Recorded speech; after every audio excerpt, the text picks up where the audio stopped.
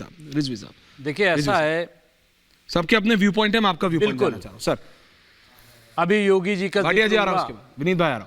मैं जानना चाहता हूं तमाम लोगों से कि योगी जी ने जब रिजवी साहब को लाइए उस तरफ। मंत्री बन रहे थे, उसकी शपथ ले रहे थे, तो उन्होंने किस चीज की शपथ ली थी? क्या उन्होंने वेद और पुराण से शपथ लिया था या जो संविधान है उससे शपथ लिया था? और शपथ में क्या कहा गया था? एक चीज बड़ा क्लियर, एक मिनट, मैंने आचार्य जी आ रहा हूं, आचार्य जी आ रहा हूं, आचार्य जी आ रहा हूं। देखिए, हम बोल सकते आचार्य जी आ रहा हैं। हूं। तो उन्होंने भी वही नहीं आचार्य जी, एक minute. Only two people on air यार, शर्मा नाउ।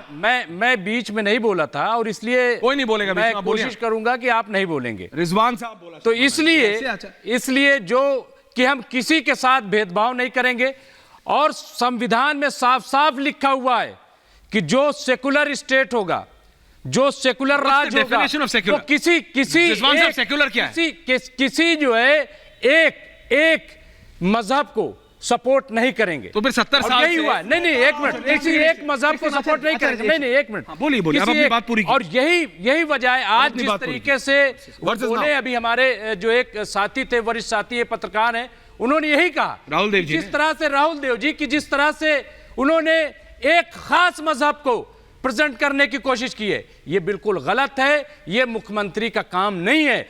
जहां तक आप कह रहे हैं 3 देने का, मैं कह रहा हूं कि आप बताइए, क्या अयोध्या की पहचान बाबरी मस्जिद से थी? क्या काशी की पहचान जो है वो उस मस्जिद की वजह से है? क्या विनीत नहीं? कमिंग। क्या मथुरा की पहचान जो है वो ईदगाह से है? क्या नहीं है, बल्कि अयोध्या की पहचान भगवान राम से है।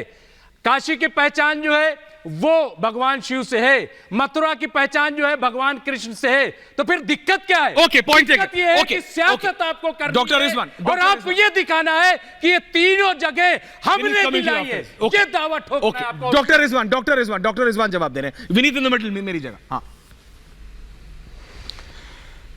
हाँ देखिए, जो देव साहब ने अभी बोला वो आधा तो हमारे रिजवी भाई ने पढ़ के सुना दिया, आधा नहीं सुनाया। उन्होंने ये बोला कि ये तीनों स्थान हिंदुओं को हैंड ओवर कर दो।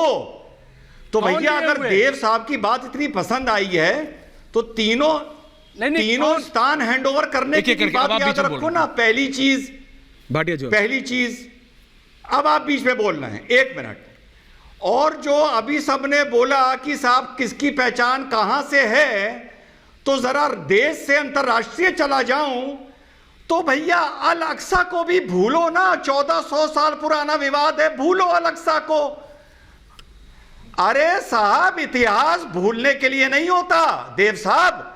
अगर इतिहास भूलने के लिए होता तो सब्जेक्ट में हिस्ट्री ना पढ़ाई जाती। लेकिन इतिहास सीखने अब की अगर जरूरत क्या आप नहीं, चाहते समझने हैं कि की ऐश्वर्या कश्मीर जी के बोलेंगे। पंडित अपना इतिहास भूल सीखने जाएं? के लिए होता है, गलतियां अरे तुम चुप रहो।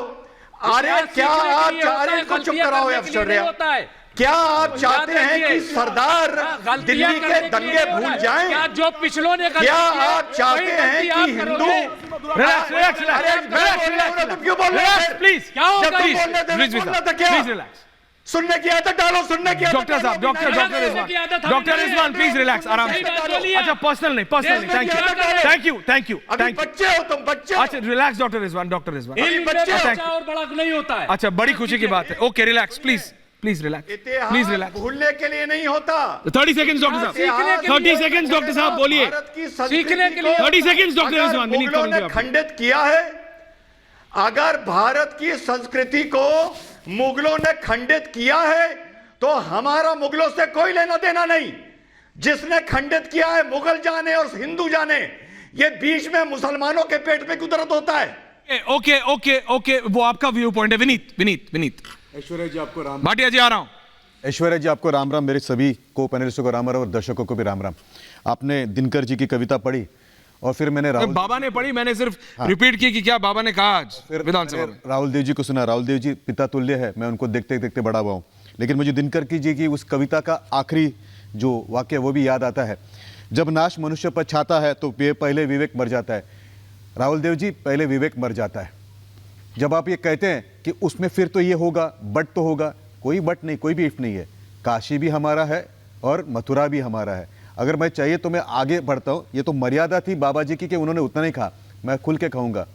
संघर्ष बड़ा भीषण होगा। अब याचना नहीं, रण होगा, संघर्ष बड़ा भीषण होगा। ये बहुत हो गया कि कितने दिन तक इतिहास में जाएंगे, कब तक जाएंगे। केवल हमारी छाती के ऊपर एक्सपेरिमेंट ऑफ सेक्युलरिज्म क्यों होगा? बताइए ना उनको क्यों बताया नहीं? लेट देम क्रिटिसाइज दी एग्रेसर्स फर्स्ट। इनका डीएनए हमारा डीएनए सेम है, कायर थे, तलवार के जोर पे डर गए, इसीलिए तो मुसलमान बन गए, नहीं तो क्या था उस पर बताइए? ये हमारे तो डीएनए से आते हैं, इन्होंने उल्टा आपने कहना चाहिए कि कम बैक इनटू स्वधर्म में आने की आपने उसके सामने चेष्टा करनी चाहिए सर।